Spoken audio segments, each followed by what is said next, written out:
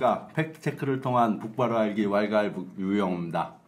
오늘은 지난 한 보름 3주 전쯤 됩니다. 딱 3주 전쯤 될 텐데 5월 28일 2019년 5월 28일 UN 인권 고등 판무관실에서 발표한 북한에 관한 UN 보고서에 대해서 좀 체크해 보도록 하겠습니다. 거기서는 2017년 이후 탈북한 214명을 상대로 여론조사, 조사를 해서 발표를 한 건데, 이 내용에 보면은,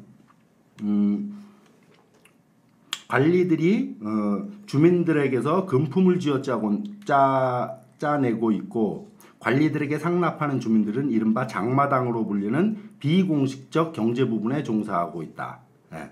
그런 것이고, 또 여기서, 경제가 이렇게 악화되는 상황에서도 항상 군이 먼저 그 지원의 대상이 되고 있다.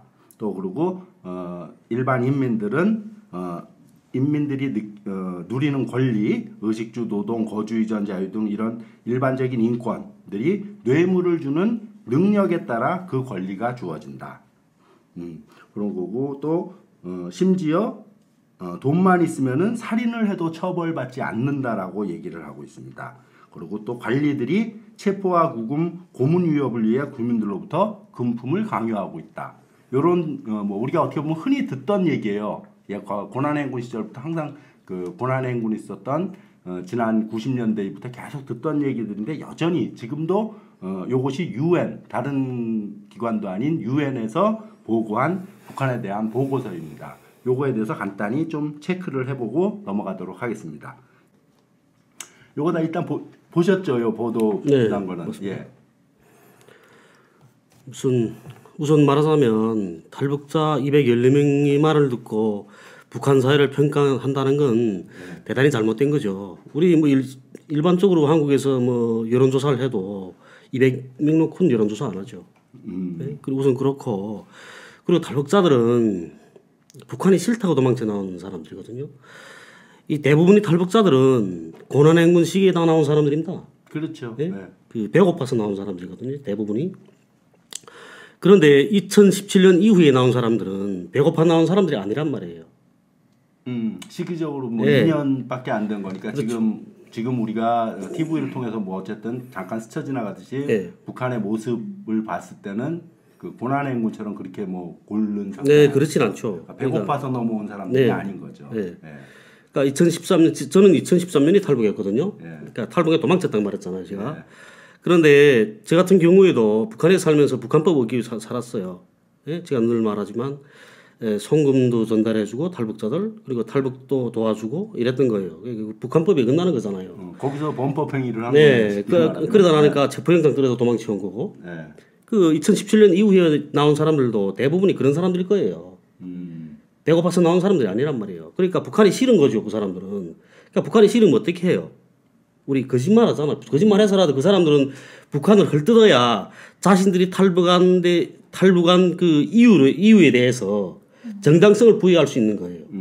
그래서 헐뜯을 수밖에 없는 거죠. 그 사람들이. 그런 사람들이 말을 듣고 한다는 건 북한 사회를 평가한다는 건 참 잘못된 거예요. 평가 방법 자체가. 네, 그렇죠.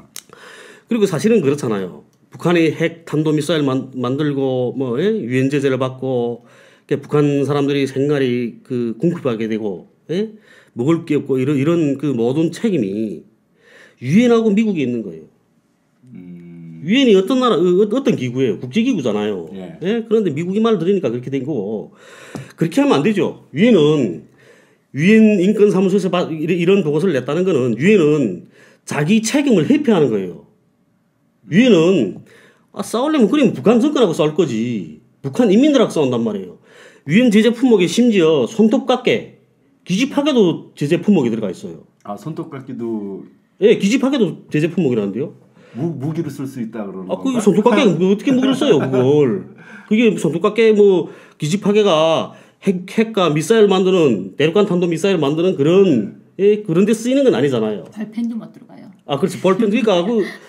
그러니까 북한 유엔하고 미국은 북한 정권하고 싸우는 게 아니고 북한 인민들하고 싸우고 있다는데요. 북한 인민들하고. 제가 이렇게 우리 애기 있거든요. 7개월짜리 애기 있어요. 근데 그 7개월짜리 아기를 놓고 우리 그 아내가 젖을 먹이고 있잖아요. 그거 보게 되면 그 상황이 딱 지금의 그 상황을 보게 되면 이 유엔과 미국을 비롯한 이런 나라들이 북한에 대한 경제 제재를 지금 이 줄창 외치고 있잖아요. 예? 그거 보면 그 상황이 비슷하다고 생각해요. 네? 그러니까 우리 애기한테다가 분유를 주지 않겠는데, 예? 주지 않는 이유는 너네 아버지가 집안에서 독재를 하기 때문에 우리는 너한테다 분유를 안 줄 거야. 이거하고 똑같은 거예요, 상황이. 쉽게 말하면. 이게 말이 안 되는 거잖아요. 북한은 어떻게 해요? 국제기구, 유엔이라는 국제기구는 정말 어렵고 힘든 사람들, 우리 지구상에서 불평등을 없애자고 만든 국제기구 아니에요. 예? 그런데 그 특정한 나라에 휘둘려가지고, 예? 북한 인민들하고 싸우고 있단 말이에요. 이건 참 잘못된 거라고 생각해요, 저는. 저도 유엔에서 몇 년 전까지도 한 4번에 걸쳐서 됐다고 해야 하나? 숫자를 정확히 모르겠는데 유엔에서 북한 인권법이 체결이 됐습니다. 그죠? 네, 인권법이 체결이 됐는데 그 유엔에서 북한 인권법을 체결한 유엔 사람들도 북에 한 번도 못 갔다 왔어요. 못 갔다 오고 북에서 어떤 형태의 인권 유린이 있는지 한 번도 본 적이 없다는 소리죠. 근데 어제 탈북자들의 증언에 의해서 유엔이라는 국제무대에서 북한 인권법이 만들어졌습니다. 자기는 한 번도 못 봤는데 어제 이 사람들이 이렇다더라 하니까 만들어진 거예요. 정말 유명한 게 뭐냐면 탈북자들의 증언 중에서 80% 가장 중요한 증언을 했던 신동혁이라는 탈북자가 있어요. 네, 그분이 책을 썼습니다. 14호 정치범 수용소 탈출기라는 책을 썼는데 남쪽에서 쓴 게 아니라 미국 출판사에서 그 책을 썼어요. 근데 그 책을 써가지고 7개 나라 말인가 번역이 돼가지고 전 세계 그렇게 망판 났다고 해요. 그리고 전 세계로 다니면서 기자회견하고 언론 플레이하고 했는데 돈을 너무 많이 번 거예요, 이 사람이. 책이 왕판 나고 했으니까 그 돈 가지고 남쪽에서 살지 않고 프랑스에 나가서 개인 사업을, 큰 사업을 했대요. 근데 그 14호 정치범 수용소라는 책에 뭐라고 되어 있냐면 자기는 14호 정치범 수용소에서 태어났고 자랐으며 자기가 보는 앞에서 엄마와 남동생을 죽이고 이런 내용이 있다고 해요. 근데 이 일이 있은 다음에 몇 개월 후에 유튜브 같은 경우에는 남쪽만 올라가는 게 아니라 전 세계가 다 올라가잖아요. 북에서도 올라가요. 네. 우리 민족 TV라는 그렇죠. 게 있는데 거기에 아버지가 출연하는 거예요. 그랬더니 야 이 자식아 내가 언제 정치범 수용소에서 태어났냐 그러면서 6살 땐가 5살 땐가 우리가 해마다 명절마다 선물을 주잖아. 그 선물을 입고 나오는 게 사진 찍어서 보여주는 거야. 야 네가 어디 정치범 수용소에서 태어났어? 웬만한 사람 같으면 깨갱하고 숨어요. 거짓말 드러났으니까. 근데 얼마나 얼굴이 두껍고 진짜 그런지 프랑스에서 사업했으니까 프랑스 주재 북대사관에 가서 저 아버지 한 번만 좀 만나게 해주세요라고 요청을 했어요. 이게 모든 언론이나 신문에 신문이나 언론 다 나갔어요. 이거 다 있어요. 현재는 더 웃기는 거는 현재는 이 신동혁을 상대로 미국 출판사에서 국제 재판 소송 중에 있다는 겁니다. 현재 세계를 널리는 사기국이 된 거죠. 이 세계를 널리는 사기국에 정치 사기국은 이 사기국에 의해서 유엔에서는 북한 인권법이라는 게 체결이 됐다는 거예요. 근데 현재 재판 중인데 재판 받아야 될 피고인인 신동혁이가 어디로 망명해 가지고 도망쳐서 없어요. 그래서 재판이 이루어지지 못하고 있어요. 아 그래요? 네, 지금 도망쳐서 망명을 했어요. 소지가 확인 안 되고 있는데 네, 망명돼서 재판이 벌어지지 않잖아요.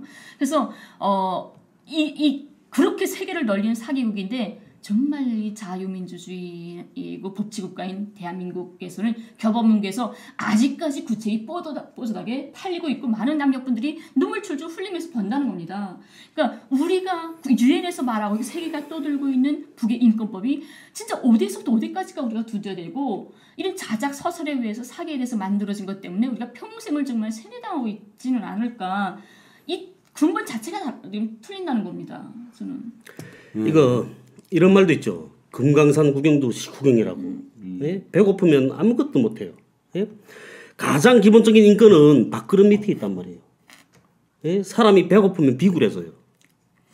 제가 언젠가 신영복 선생님 그 강연 그런 그 테이프를 들은 적이 있거든요. 아 성공에 대해 돌아가신 분. 예, 신영복 선생님이.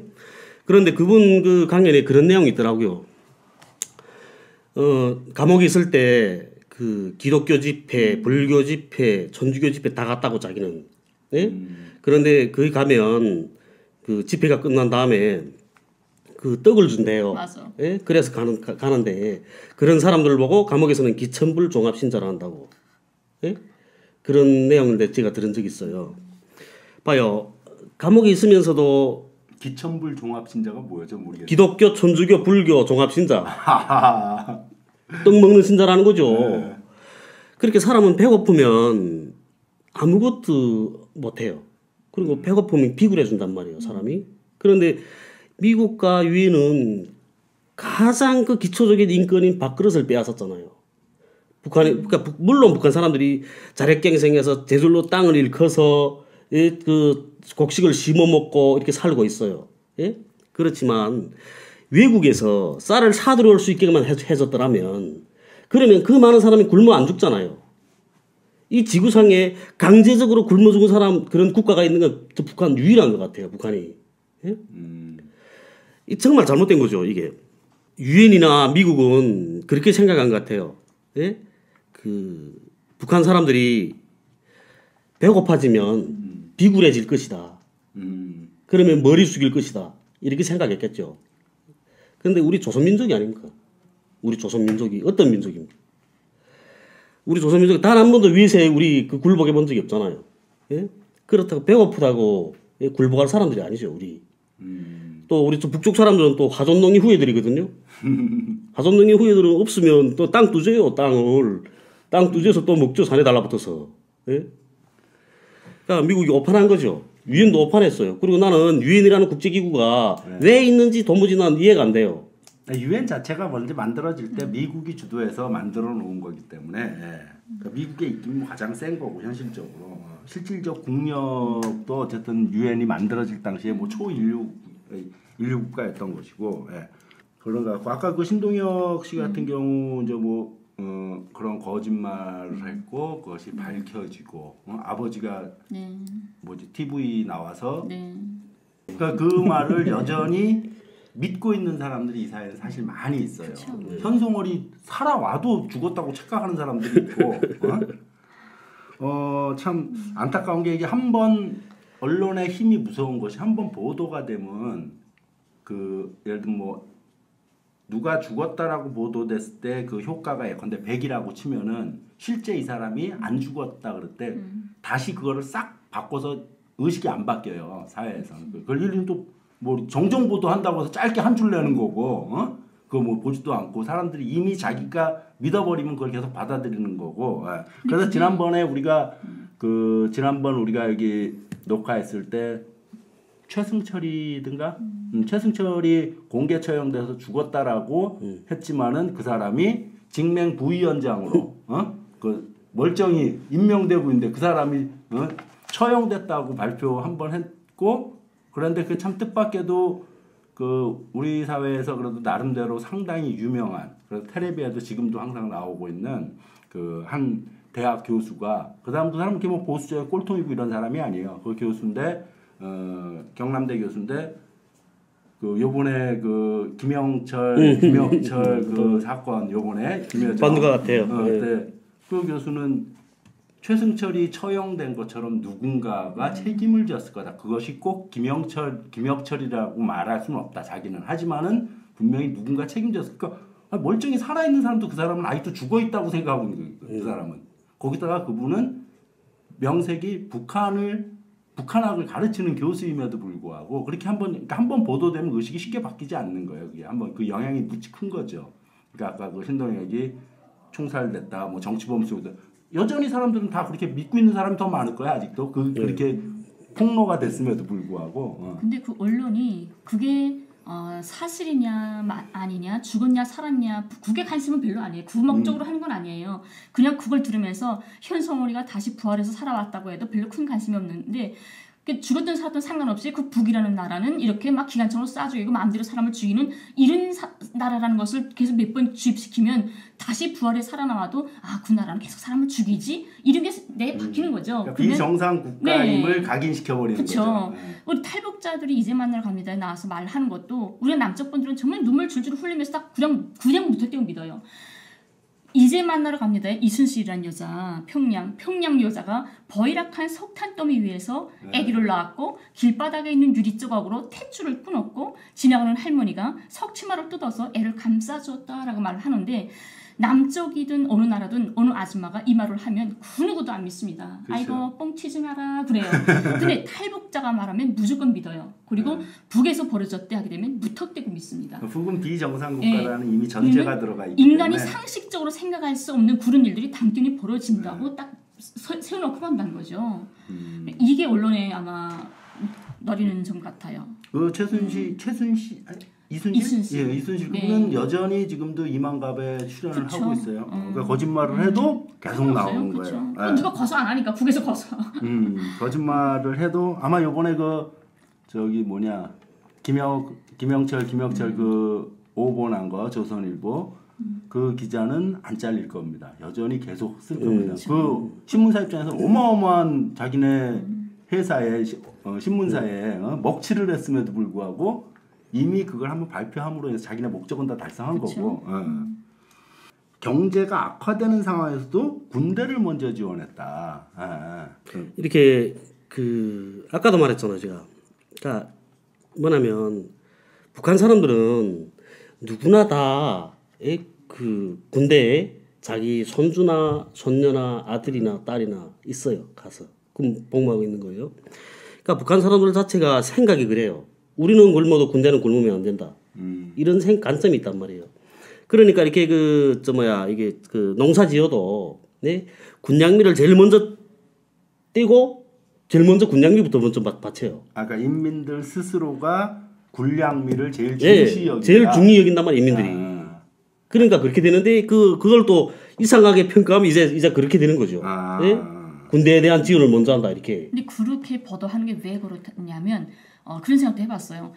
북은 이렇게 인민들은 굶어 죽는데 오직 군사에만 해서 핵만 건설하고 있다. 이것을 부각하기 위해서 그렇죠. 인민들은 모른다고 군사만 내세우고 있다. 일부러 그런 목적을 가지고 말을 하는 거예요. 이거는. 우리 한국도 갔잖아요. 그런 거죠, 뭐. 한국도 뭐 국방비 제일 먼저 떼잖아요. 예산에서. 그렇지 예산을 떼죠. 예? 국방비는 흐리질 못하죠 누구도. 국방비를 왜 그렇게 많이 떼냐 이렇게 말 안 하잖아요. 그 말은 하죠. 그 말은 해. 예를 들어 무기 수입을 왜 하니까. 그렇게 하는데 근데 그걸 만약에 이제 국방비 예산이 많다고 해서 많다고 거기다 문제 제기하게 되면 문제 제기한 사람들 공격하잖아요. 나라를 지켜야 되지 않나 이렇게. 그런 것처럼 북한도 갖고 갔대요 다. 사람이 사는 세상은. 국방비 문제는 조금 다릅니다. 예, 조금 여기는 저기 가서 자꾸 미국에서 싸우니까 그런 문제 되는 거고. 때문에 국방비를 너무 많이 올린다고 좀 문제 제기하는 거고 지금. 네. 자꾸 그 말도 안 되는 낡은 무기들 지금 비싼 돈 주고 사오니까 문제죠. 국방비 갖고 문제되는 건 지금 그거예요. 그러니까 문재인 정권이 남북 어쨌든 평화 이거를 얘기하면서도 그 전에 남북 대립했던 박근혜 때보다도 오히려 더 국방비가 늘어나고 있는 걸 문제 삼고 있는 거예요. 그러니까 그 문제 삼죠. 여기는 좀 다른 거고 그렇기 때문에 여기 국방비랑 거의 북에서 군량미는 다른 거지. 어쨌든 북은 전쟁 상태인 상황에서 미국과 거기서의 그 국방비 조금 다른 문제라고 보입니다. 그리고 여기 보면은 유엔 보고서에 의하면은 관리들이 체포, 구금, 고문을 위협을 하며 주민들로부터 금품을 강요하고 있다. 그래서 하지만 또 역설적으로 돈을 밝힌다는 소린 거고 돈만 있으면 심지어 살인을 해도 처벌받지 않는다. 북에서는. 근데 상식적으로 그렇게 타락되고 부패된 나라라면 그 나라가 어떻게 굶어 죽으면서도 어떻게 지금까지 버텼을까? 그 세계 강대국인 미국과 어떻게 전쟁을 할까? 내무적으로 그렇게 타락됐으면. 그거는 그 세계 몇 대 미스테리 중에 하나입니다. 어떻게 버텼는지는. 완전 타락되고 영도자들부터 뭐 어디 타락되고 이런 말을 계속 많이 하는데 인민들도 막 살인자도 달만 좀 빠져나오고 이런 걸 사람들과 옆에서 안 보겠습니까? 보면서 내가 사는 나라가 이렇게 부패되고 이런 나라란 말이야 하면 얼마나 자존감이 들겠어요. 거기 목숨 바쳐서 지키고 싶겠습니까? 부패한 정권은 꼭 망합니다. 박근혜 정권 봤죠. 꼭 망하거든요. 부패한 정권은. 그렇지만 부패하지 않았기 때문에 지금까지 북한 그게 정권이 유지되고 있는 거고. 그리고 실제 말에 장마당에서 시장에서 이렇게 그 장사하는 사람은 관료들한테 예물 줄 일이 없거든요. 지난번에도 우리가 그 얘기 장마당 뇌물 시장 관료 소수 내가 공업품이면 공업품 팔이겠다가 품목을 그리고 내가 그 매대를 그 사서 거기서 상품 팔고 있잖아요. 그러면 그게 법이 어긋나는 게 아니란 말이에요. 그러면 그 관료들한테 돈 줄 일이 없는 거예요. 그거는 체포될 일도 없고 구금될 일도 없고 장마당 시장에서는. 예. 그러니까 되게 어쨌든 이게 일반적인 요번에 그 발표한 3주 전에 발표된 유엔 보고서 자체가 흔한 그냥 맨날 여태까지 해왔던 북에 대한 부정적인 보도, 뭐 이렇게 아까 뭐 군대 인민들 먹이진 않고 군대에 먼저 그거 한다라든지, 뭐 자금을 지원한 군대에 대한 자금을 금품을 강요한다라든지, 뭐 이런 얘기들이에요. 근데 보면 북한군도 그렇거든요. 이제 뭐 그 기사를 보니까 보고서라는 걸 보니까 군대에 대한 뭐 자금 지원을 우선시한다. 뭐 그렇게도 썼던데. 그러니까 결국 그거는 그 내용은 북한군이 돈에 의해서 유지되는 군대다 이런 걸 말하고 싶었겠죠. 근데 북한군은 그렇지 않거든요. 아니 거기서 말하는 건 돈에 의한다기보다는 거지. 그러니까 인민들보다 군대를 글쎄, 중시한다. 쉽게 말하면 아까 그 김혜 씨 얘기했듯이 그 고난행군 때 굶어 죽는 사람이 엄연히 있는데 그걸로 쉽게 말하면 쌀을 사다가 먹여야지 그치. 핵무기를 만드냐 이러는 거. 쌀 사오려니까 쌀 제재하잖아요. 쌀 못 사오게. 쌀 못 사오게 지들이 만들어 놓고는 그렇게 말하면 안 되죠. 예, 어쨌든 뭐 요거는 뭐 일반적인 그거기 때문에 뭐 특별히 더 깊이 얘기할 것도 없고 우리가 여태까지 해왔던 것들로서 충분히 반박이라 그래야 되나 뭐 어쨌든 비판이 가능한 거기 때문에 유엔 보고서 요번에 5월 28일 날 발표된 유엔 보고서에 대한 검증은 요 정도로 마치도록 하겠습니다. 예, 감사합니다.